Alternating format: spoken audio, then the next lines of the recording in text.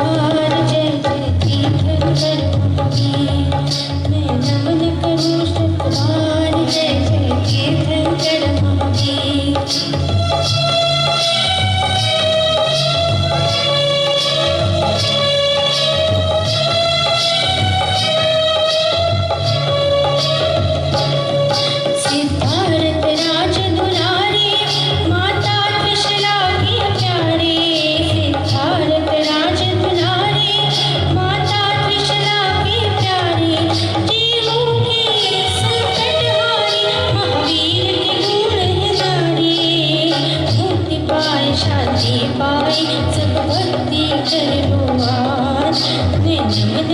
शतवार जय जय तीर्थंकर महावीर।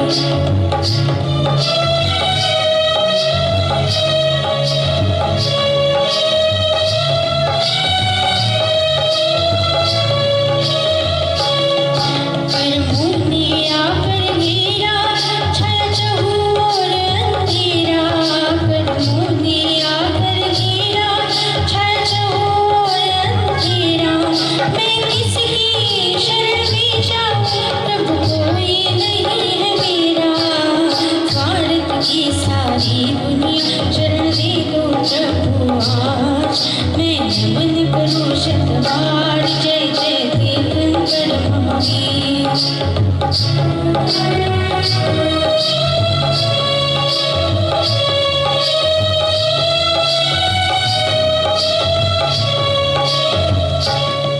तेरी महिमा है न्यारी प्रभुवर की मूरत प्यारी।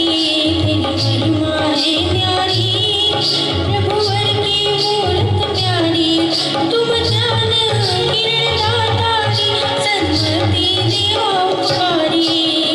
आशा आए शीश झुकाए दे दो प्रभु आशीर्वाद। मैं नमन करूं शतवार जय जय तीर्थंकर महावीर।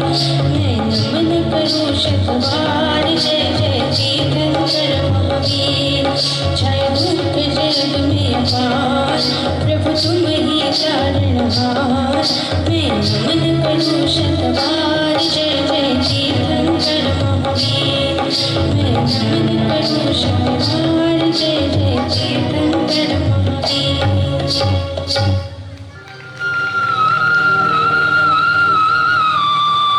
आकाशातील चंद्राच्या कलेप्रमाणे त्याची शरीर, बुद्धी आणि तत्वज्ञान यामध्ये वृद्धी होत गेली आणि अद्भुत पुण्याच्या योगाने उत्कृष्ट सुखभोगी वर्धमान कुमाराने क्रमाक्रमाने संसारिक सुखास कारणीभूत असलेले उत्कृष्ट दैवत प्राप्त केले। युवक अवस्थेतील महावीर धर्मरूप पर्वताच्या शिखरासारखे, शोभणाऱ्या भ्रमराच्या समूहासारख्या काळ्या शार केस, गालावर उत्पन्न झालेली कांती, अष्टमीच्या चंद्रासारखी सुंदर भूविलासाने युक्त अशा त्यांच्या नेत्रकमल, गतिश्रवण करण्यात पारंगत असलेले त्यांचे कान, रत्नचडित कुंडलांच्या तेजामुळे ज्योती चक्राने वेढल्यासारखे तिन्ही लोकांमध्ये असलेले दिव्य, तेजस्वी आणि पवित्र अशा सुगंधित पुद्गल परमाणूंनीच उत्तम विधात्याने महावीर प्रभूंचे शरीर निर्माण केले होते। त्यांच्या त्या शरीरात मद, खेद, रागादी दोष व वात, पित्त, कफ या त्रिदोषयुक्त रोगांना कधी पाऊल देखील ठेवता आले नाही। त्यांची शुभवाणी संपूर्ण जगतास प्रिय होती। धर्मयानेप्रमाणे सर्वांचे कल्याण करणारी होती।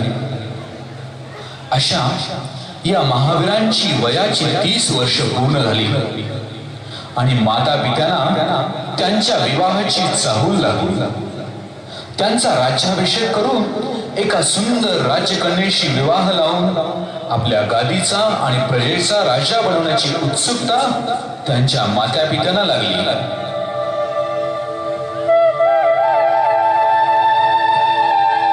बोला राणी, राणी त्रिशला, आपण अशा शांत का?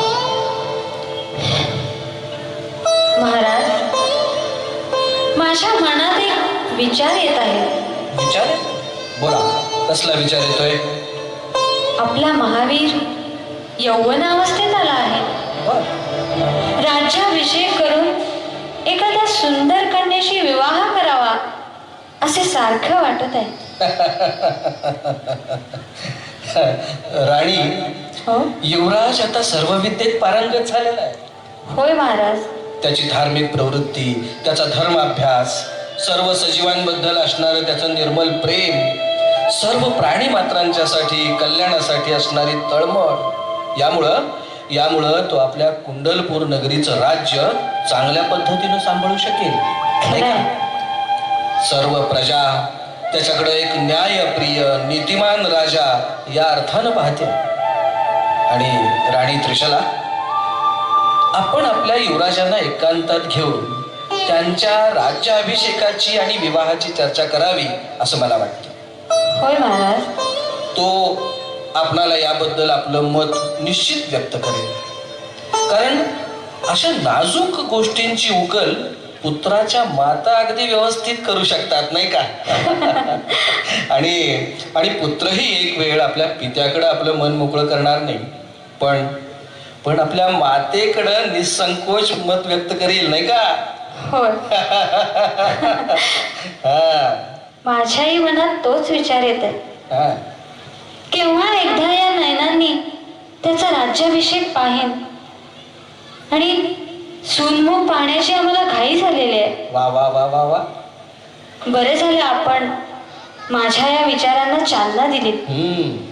मी आजच त्याच्याशी चर्चा करते आणि मगच आपणास पुढील मार्गक्रमण करता येईल. अगदी तुझ्या मनासारखं होईल बरं राणी त्रिशला. आपण आपल्या वेळेनुसार युवराज महाराजांशी यथायोग्य चर्चा करावी आणि आम्हाला निर्णय द्यावा, म्हणजे पुढच्या तयारीला आम्हाला आरंभ करता येईल. आपण बोलून घ्यावं. उगाच माता पुत्राच्या संवादात आमचा व्यत्यय नको. ठीक आहे महाराज. आजच युवराज आणि मी या विषयावर चर्चा करतो. ठीक आहे, आम्ही निघतो.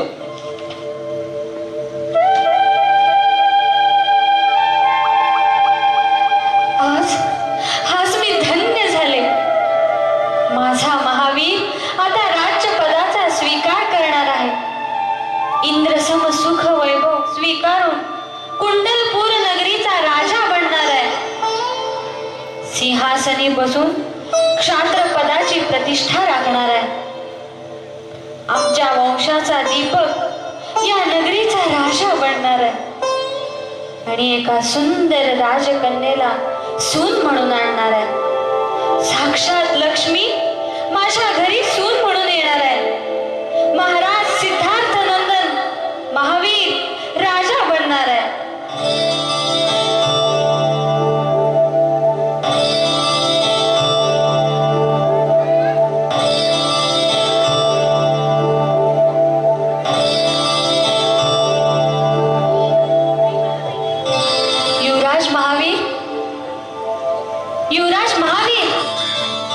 माताश्री, तुम्ही आमच्याकडे येण्याची तसदी का घेतली? आपण निरोप धाडला असता तर आम्हीच आपणाकडे भेटीसाठी आलो असतो. तसं तातडीचं काम निघालं म्हणूनच आपणाकडे आलो. माताश्री, असा कोणता प्रश्न आपणास पडला आहे की खुद्द आपण आमच्याकडे यावं? माताश्री, सांगा मी आपली कोणती सेवा करू? युवराज, माझी सेवा करण्याआधी आपण या प्रजेची सेवा करण्यासाठी विचार करावा. माते, आपण काय म्हणत आहात? युवराज, मला काय म्हणायचं आहे हे आलंय लक्षात आपल्या. आम्ही आणि महाराज आपला राज्याभिषेक करून आसपासच्या सर्व राजकन्यांना आमंत्रित करून आपला विवाह निश्चित करण्याचे योजले आहे. आपल्या संमतीकरिता आमचे कान आतुर झाले आहेत. तेव्हा युवराज, कोणत्याही गोष्टीचा विलंब न लावता आपण आम्हाला होकार कळवून पुढील कृतीकरिता दिशा द्यावी. का हसला युवराज? मातोश्री, मातोश्री माफ करा, आपण योजलेली कल्पना पूर्णत्वाला जाणार नाही. म्हणजे मातोश्री, मातोश्री मला माफ करा. संसाराच्या या दुःखी फेऱ्यात मला अडकायचं नाही. काय? माझा मार्ग मला निवडू द्या. अभव्य जीवाच्या दृष्टीने हा संसार आदी मध्य आणि अंत यापासून फार दूर आहे. अनादी अनंत व अनेक प्रकारच्या दुःखाने परिपूर्ण आहे. आणि याउलट भव्य जीवाच्या दृष्टीने तो मात्र अनंताने युक्त असा आहे. म्हणून माते, या संसाराच्या चक्रात मला अडकायचं नाही. नाही. मला स्वपर कल्याणाकरिता त्याग धर्माचा स्वीकार करायचा आहे माते. नाही नाही. काय युवराज, आपण त्यागी होणार? नाही नाही, ही कल्पना देखील माझ्या मनाला शिवत नाही. आज तुम्ही माझ्या मातृहृदयावर आघात केलात. माझे काळीज थरथर कापते. युवराज, युवराज, आपण घेतलेला निर्णय योग्य नाही. माताश्री, हे राजविलासी जीवन जगणं नको आहे मला आता. वैभवशाली भोग लालसा यामुळे आत्मविकास होत नसतो माता. त्यापेक्षा शरीर पुरा जिंकून आत्मसुखाचा मला आधार हवाय. आणि म्हणून हा निर्णय घेताय माते मी. नाही, मला काहीच समजेनासे झालंय. माताश्री, आपण शांत व्हा. माझा निर्णय ठाम आणि योग्य आहे. माताश्री, संसार हा नश्वर आहे. संसाराचे दुःख साखळ्यात तोडून मला मोक्ष मार्गाचा स्वीकार करायचा आहे. आपण शोक करून पापाचे बंध आपल्या कपाळी बांधून घेऊ नका. मला मुनी बनू द्या. नाही महावीर, तू वैशालीचा राजपुत्र आहेस. त्याचप्रमाणे आमच्या वंशाचा दीपक आहेस. या वैशाली नगरीच्या राज्यपदाचा स्वीकार करून या क्षात्रपदाची प्रतिष्ठा राखा महावीर. माताश्री, हे राजवैभव राजपद मला मोक्ष पदाला नेणार नाही.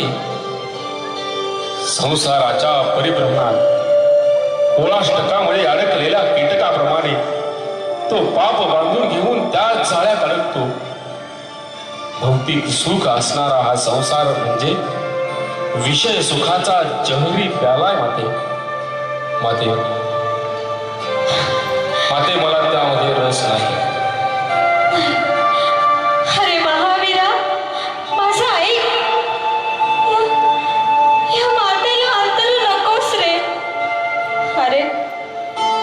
अरे किती स्वप्न पाहिली होती. त्या स्वप्नांचा भंग झाला रे. अरे तू आमचा एकुलता एक बालक, माता पितांच्या कुलाचा उद्धारक आहेस. तेव्हा आम्हाला त्यागून आपले जीवन उजाड करू नकोस. ऐक महावीर, ऐक.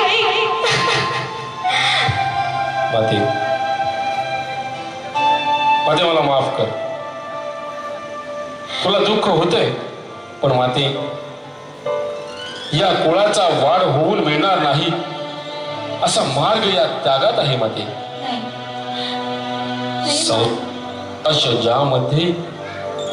ज्यामध्ये आत्म्याचा विनाश आहे. आज त्याचं विषांत स्वरूप माझ्या मनाला उमसलं. नाही महावीर. आणि म्हणून ते वैवाहिक जीवन मला नको आहे माते. त्यापेक्षा मला त्याग धर्माचा मार्ग स्वीकारून आत्मोद्धार करायचा आहे माते. मला अनुमती दे माते. नाही नाही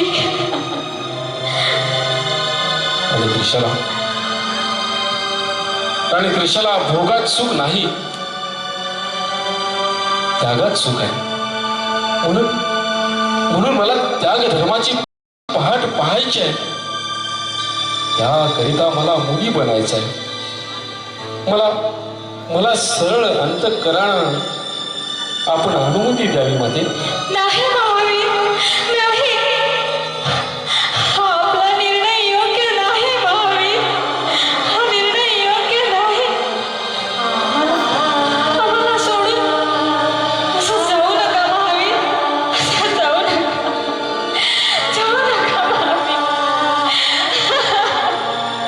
नाही महावीर, हा निर्णय योग्य नाही.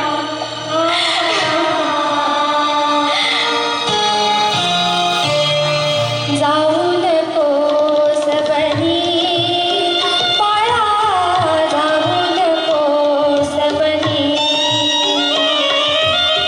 जाऊ नकोस बनी बाळा, जाऊ नकोस बनी.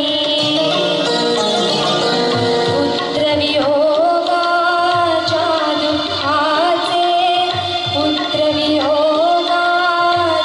दुःखाचे रुतले शल्यमणी. जाऊ नकोस बनी बाळा, जाऊ नकोस बनी.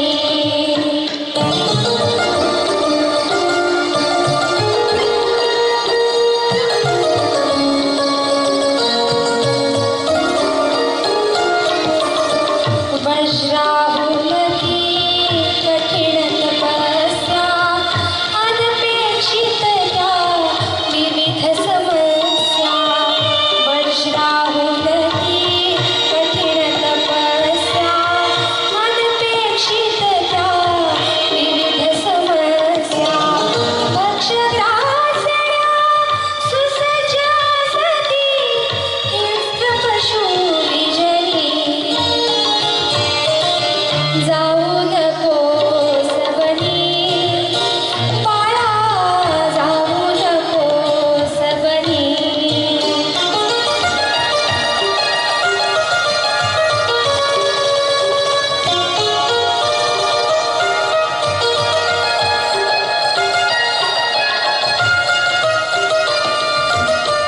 इंद्रपुरी सम वैभव असले, वनात तुझला मिळेल कुठले.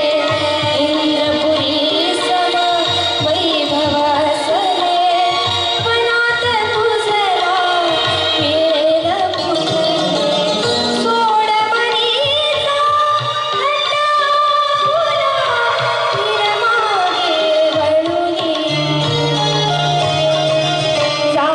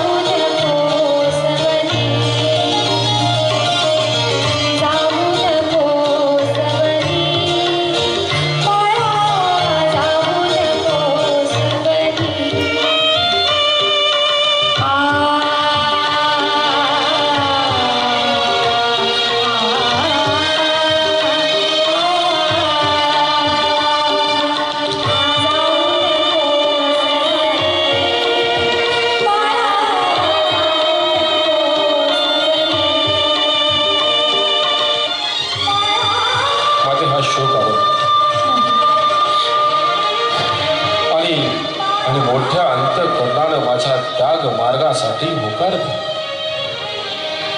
नाही महावीर, मला मान्य आहे, मला मान्य आहे तुला हे दुःख सहन होत नाही.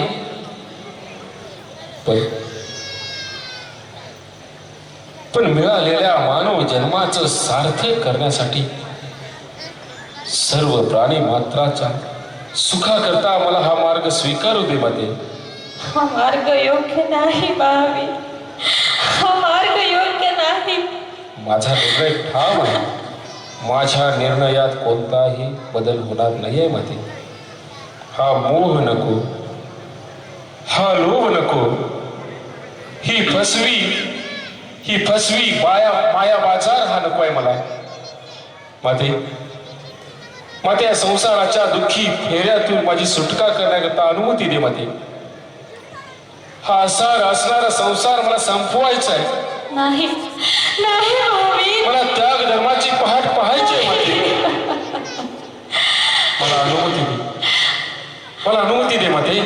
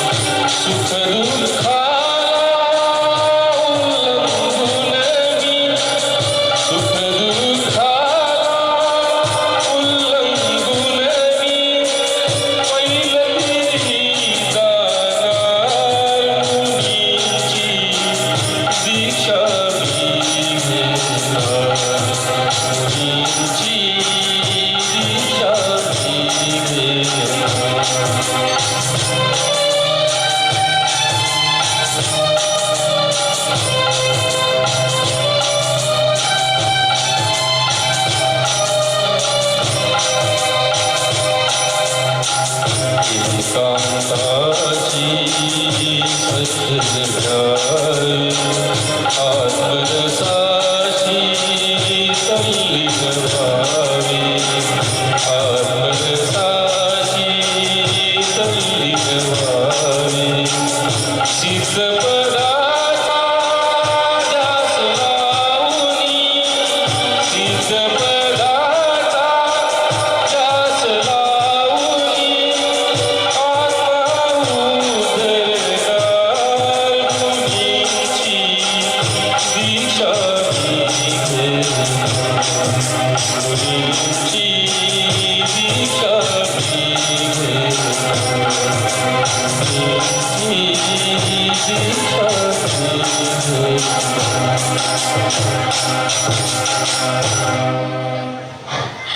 महाराज महाराज पहा पहा आपला युवराज राजपदाचा त्याग करतोय. तो मुनी होतोय महाराज, मुनी होतोय. महाराज आपण तरी समजावून सांगा त्यांना, आपण तरी समजावा युवराजांना महाराज. हे बाळा, मुक्ती रमणीवर अनुरक्त होऊन आज आमचा त्याग करून कुठे निघालास? माझ्या हृदयाला अत्यंत प्रिय असणाऱ्या बाळा, अगदी क्षणभरासाठी तुझा वियोग या पित्याला सहन होणार नाही, तर मग तुझ्याशिवाय दीर्घ काळपर्यंत माता कशी अलिप्त राहू शकेल? माझं रक्षण करणाऱ्या कुलपुत्रा, अत्यंत क्रूर श्वापदानी भरलेल्या अत्यंत घनदाट अरण्यामध्ये गुहाधिकांमध्ये तू एकटाच कसं बरं राहशील? दुर्दम्य अशा इंद्रिय रूपी हत्तीचा, त्रिलोकासही जिंकून घेणाऱ्या मदनाचा आणि कषाय रूपी शत्रूचा घात तू कोणत्या बरं धैर्यानं करशील? पिताश्री, त्याग, तपस्या, संयम, ब्रह्मचर्य या तत्वांच्या पालनाने मला माझ्या शरीरावर विजय मिळवायचा आहे. 84 लक्ष योनीतून मिळालेल्या मानव जन्मामध्ये त्यागाचा मार्ग स्वीकारून मला स्वपरकल्याण साधायचं आहे. पिताश्री, पिताश्री, हा मार्ग जरी खडतर असला तरी आनंदी आहे, जीवन बोलवणार आहे, अज्ञानात चाचपडणाऱ्या अनेक प्रसंगातून सुटका करणार आहे, आत्मकल्याणाचा आहे. आणि त्यामुळे मिळालेला आनंद अत्यंत परमोच्च असणार आहे, सुखी संयमी असणार आहे. हाच मार्गाचा स्वीकार करून जिनवाणीच्या साधनेने 23 तीर्थंकरांनी आपल्या राज्यपदाचा त्याग करून हा आनंदाचा मार्ग स्वीकारलेला आहे. तेव्हा माझ्यासारख्या एका लहान राज्याच्या राजाला हे अशक्य नाही. मला अनुमती द्या, मला अनुमती द्या पिताश्री. नाही नाथ, नाथ, मला हे सगळं सहन होईल असं झालंय नाथ. देवी त्रिशला, आपण शांत व्हा. युवराज महावीर, आपला निर्णय ठाम असेल तर आम्ही त्यात आडकाठी आणणार नाही. मुनी दीक्षा घेतल्यानं आपलं परम कल्याण साधणार आहे. आपण निश्चित केलेला मार्ग आत्मपथदर्शी होणार आहे. नाही नाही नाथ, आपण सुद्धा हे काय करीत आहात नाथ? देवी त्रिशला, शोक आवरा, शोक आवरा देवी. आपण परम भाग्यवान आहात. आपला हा युवराज नाही 3 लोकांचा अधिपती होणार आहे. नाही महाराज, नाही. संसारात पडल्यावर आपला स्वतःचा उद्धार करील आणि नंतर अनेक भव्य जीवांचा उद्धार करणार आहे. हा पुत्र मोहाधिक बंधनात अडकून राहणारा नाही आहे. याचं सर्व भाकीत भविष्य मला माहित आहे. नाथ, आपण सुद्धा नाही नाथ, नाही.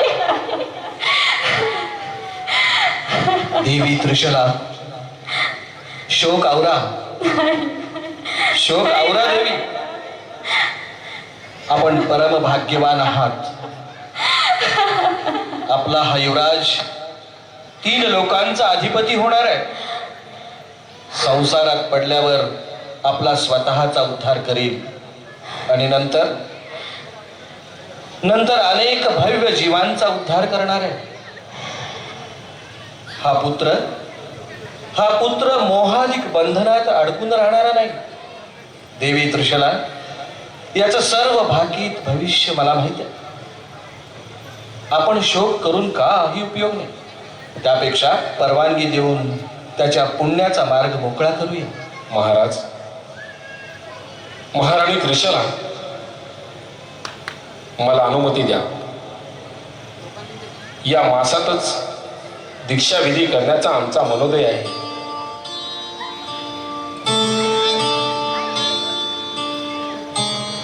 अशा या कुंडलपूरचा युवराज महालातील रत्नांच्या गालिच्यावर चालणारा वर्धमान जंगलातील काटांच्या रस्त्यावर जाण्यास तयार झाला.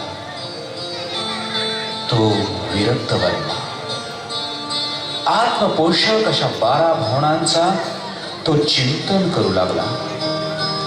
त्याच्या वैराग्याची अनुमोदना करण्याकरिता लोकांतिक देव आले.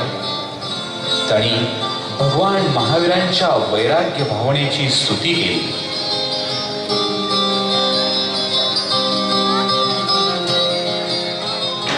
हे महाभाग्य, आपला संसार, शरीर, योग यापासून विरक्त होण्याचा विचार सर्वोत्तम आहे. हे त्रिलोकीनाथ भगवान, संसारामध्ये सर्व पदार्थ नाशवंत आहे. त्याचा त्याग करणे ही सर्वोत्कृष्ट गोष्ट आहे. हे महान पुरुषा, आपली त्याग भावना सर्वोत्कृष्ट आणि अनुकरण करण्यासारखी आहे. हे आत्मोद्धारक प्रभू आहे. आपण स्वयंबुद्ध आहात. आपण वितरागता मुद्रा धारण करीत आहात. त्यामुळे आपण धन्य आहात. हे मोक्ष मार्ग प्रवर्तक, संसार बंधनाच्या मुक्तीसाठी आपण दिगंबरी मुद्रा धारण करीत आहात. आपण धन्य आहात. हे 3 ज्ञानयुक्त भगवान, आत्मा निर्विकार दोषमुक्त आहे. त्यामुळे संसार अवस्थेतील मोहाच्या जाळ्यात ते भ्रमण करीत आहे. पण आपण त्याचा नाश केला आहात. आपण धन्य आहात. हे स्वयंबुद्ध, आपण जन्मापासूनच विद्वान आहात. आपणास मार्गदर्शनाची आवश्यकता नाही. चिरंतर राहणारे आपले विचार कायमस्वरूपी अनुकरण करण्यासारखी आहे.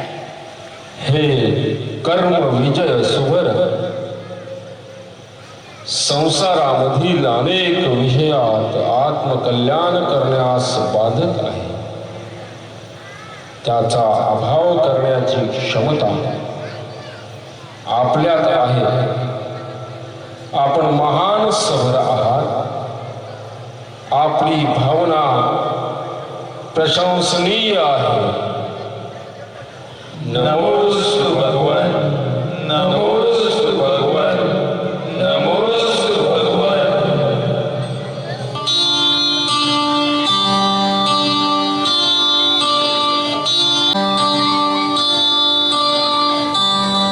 असा वैशाली नगरीचा युवराज राजपदाचा त्याग करून मुनिपदाचा मार्ग स्वीकारला.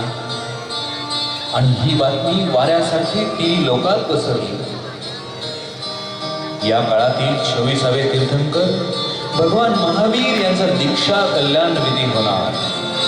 आणि यामुळेच स्वर्ग लोकातील सर्व देव, संपूर्ण भरतखंडातील राजे, मंत्री, नागरिक सर्वजण कुंडलपुरीत एकत्र आले. राजा सिद्धार्थची नगरी दीक्षा कल्याणाकरिता सज्ज झाली.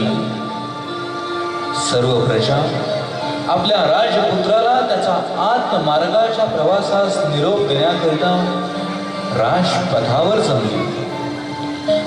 त्या दिवशीचा सूर्योदय अनेक सुवर्ण किरणांनी युक्त सुगंधी वातावरणानं दरवळत होता.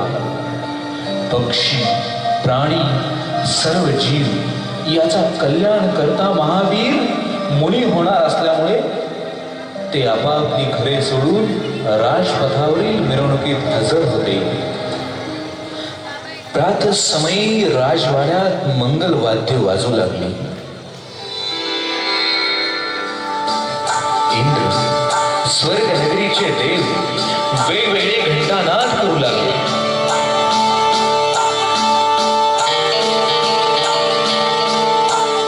भवनवासी देव, गंधर्वासी देव सिंहनाद व शंखनाद करू लागले.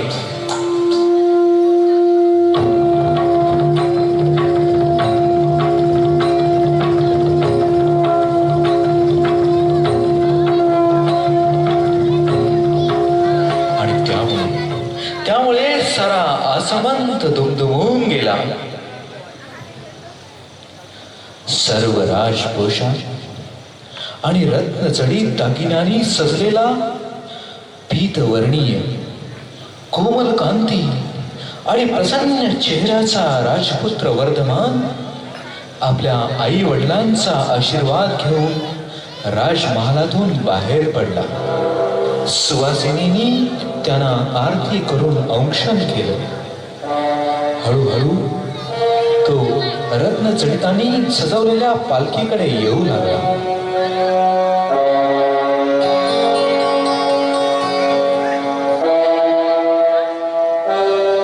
सौधर्म इंद्र, इंद्रायणी, धनपती कुबेर, महेंद्र, अन्नपूर्णेंद्र, वास्तुकुमार इंद्र, ईशान्य इंद्र, कीर्तिकुमार इंद्र यांनी जय जयकार करीत पुष्पवृष्टी केली.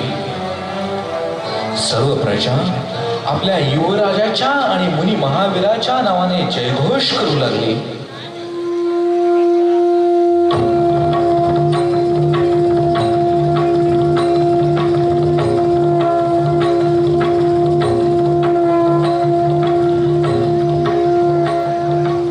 इकडे पालखी नातृखंड नावाच्या महावनात नेण्यासाठी देव आणि भुवनवासी यांच्यात शाब्दिक वादावादीला प्रारंभ झाला.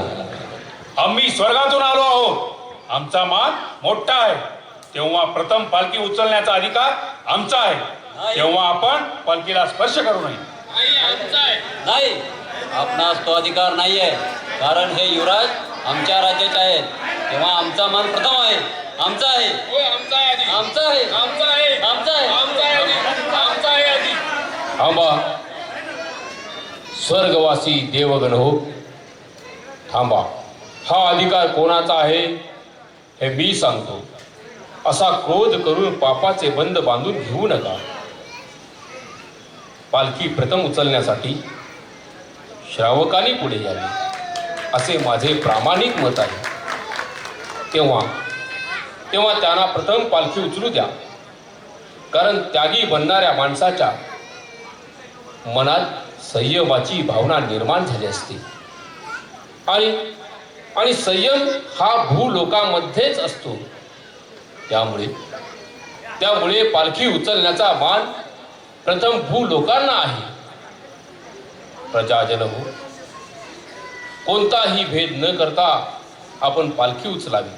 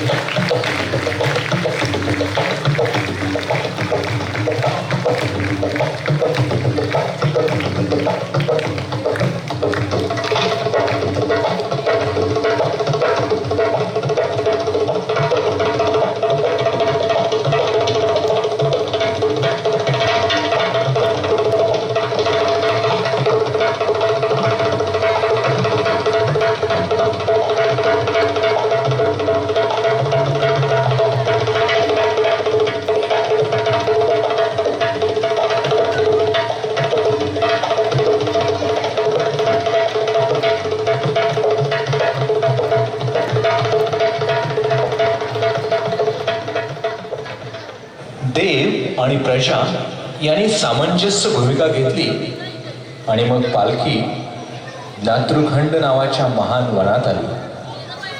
मुनी महावीर पालखीतून ज्या शील तळावर उतरले ती शिला चंद्रकांत रत्नाची होती.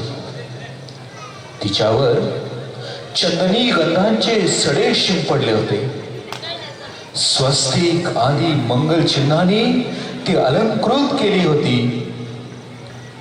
इंद्रायणीनं आपल्या हातानं रत्नांच्या चुऱ्यानं रांगोळ्या काढल्या होत्या. मुनी महावीर शिलेवर उतरले त्यावेळी त्यांच्या मनामध्ये शरीराधिकांच्या कोणत्याही भावना शिल्लक राहिल्या नव्हत्या. फक्त मोक्ष प्राप्तीसाठी त्यांच्या मनात तीव्र लालसा उत्पन्न झाली होती. मार्गशीर्ष महिन्याच्या कृष्ण पक्षातील दशमीच्या दिवशी अपराहकाली चंद्र जेव्हा हस्त आणि उत्तरा नक्षत्राच्या मध्यभागी होता, या सुमुहूर्तावर महावीरांनी निर्ग्रंथ चिन दीक्षा धारण केली. इंद्र देवदेवता यांच्या सानिध्यात सर्व भव्य जीवांच्या साक्षी हा दिन सुवर्ण दिन ठरला. आपली राज्यभूषित अलंकारे आपल्या कायेवरून महावीरांनी दूर केली. आपल्या कोमल हाताने डोक्यावर असणारे काळे कमी मुलायमदार केस पंचमुष्टी केस लोचन केले. कारण सामान्य संसारी प्राणी जेव्हा दीक्षा घेत असतो तेव्हा मुनी झाल्यावर त्यांच्याजवळ नियमाने 3 उपकरणे असणे आवश्यक आहे. ज्ञानावरणासाठी शास्त्र, संयमीकरणासाठी पेची आणि शौचपकरणासाठी कमंडल. परंतु तीर्थंकर भगवानाकडे मुनी अवस्थेत त्यांची आवश्यकता नसते. कारण गर्भातूनच त्यांनी मती, श्रुती आणि अवधी ज्ञान घेतलेले असते आणि चौथे मन पर्याय ज्ञान प्राप्त होते. अशा 64 रिद्धी स्वतःच उत्पन्न होतात. त्यामुळेच त्यांना सगळे ज्ञान प्रगटलेले असते आणि अशा शास्त्रांची आवश्यकता नसते. दुसरे संयम उपकरण जीवांच्या रक्षणासाठी सर्व मुनिजन संयम ग्रहण करतात. परंतु तीर्थंकर मुनी 64 वृत्ती आणि परिणाम विशुद्धीने जीव हत्या होत नाही. त्यामुळे त्यांना पिंचीची आवश्यकता नसते. त्याचप्रमाणे सामान्य मुनिजनांनी आपल्या शुद्धीच्या हेतूने कमंडलू ग्रहण केलेले असते. परंतु तीर्थंकर भगवंतांना शुद्धीची आवश्यकता नसते. म्हणून ही 3 उपकरणे तीर्थंकरांच्याकडे नसतात. आणि यामुळेच महावीरांनी या 3 उपकरणांशिवाय मुनिदीक्षा ग्रहण केली आणि त्यांनी ध्यानाला आरंभ केला.